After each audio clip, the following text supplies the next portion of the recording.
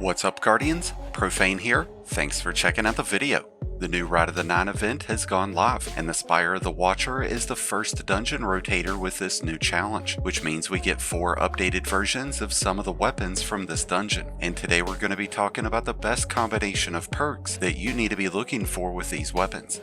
We've got the Long Arm Scout Rifle, the Terminus Horizon Machine Gun, the Wilderflight Grenade Launcher, and the Liminal Virgil Sidearm. We don't get craftable options of these weapons, but we will get shiny versions with double perks, and adept versions.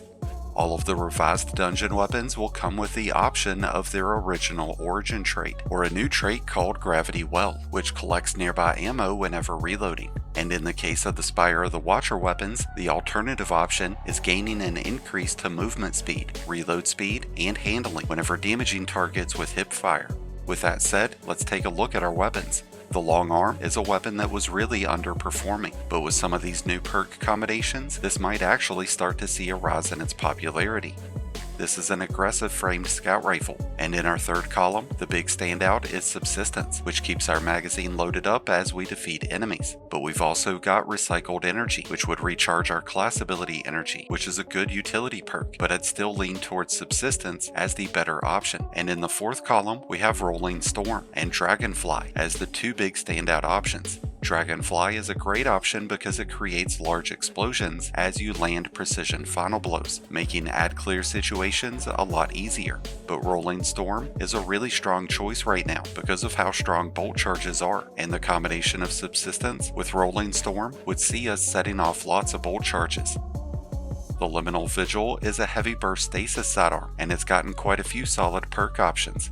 We could go for attrition orbs in the third column, which would help us generate orbs on the go. That way we could recharge armor mods like weapon surges, and we could extend that increased damage even further by using fourth column perks like Kill Clip or Desperate Measures. But we could also dive deep into stasis affinities by going with Headstone and Rhyme Stealer.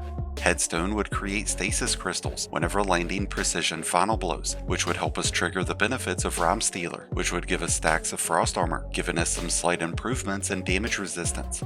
Some good improvements overall, but I'm still not a big fan of this weapon. Our next revised weapon is the Wilderflight. This double barrel grenade launcher was always pretty solid, but once Waveframe and Area Denial grenade launchers came out, all of the other grenade launcher options just felt weak, and that remains the same even with this new version of Wilderflight. With that said, there are some interesting combinations that this weapon offers. We could put this into a damage rotation with perks like Envious Arsenal and Bait and Switch. I'd prefer to use something else for damage, but this would still fare out pretty well. We also have Repulsor Brace and Destabilizing, which is an incredible combination that applies extra damage to enemies while providing you with an overshield. Withering Gaze is an option in the fourth column, but I can't remember the last time that I aimed down sights on a breachload grenade launcher, so I'd much rather stick to one of the other combinations.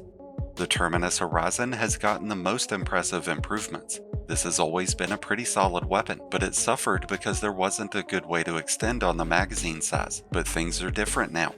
This high-impact machine gun now has the options of Demolitionist, Envious Arsenal, Triple Tap, or Reconstruction in the third column. Dragonfly would be an interesting option to have for ad-clear situations, but Demolitionist and Triple Tap are going to be extremely powerful options to maintain sustained damage. Target Lock isn't anything like it once was, but Killing Tally is an absolute monster of a perk, and Jolting Feedback is a powerful option that will help you take down Overload champs. And there's also Rolling Storm, which as we mentioned before, will help us generate a ton of bolt charges, especially if we pair that up with a Storm's Keep Titan build.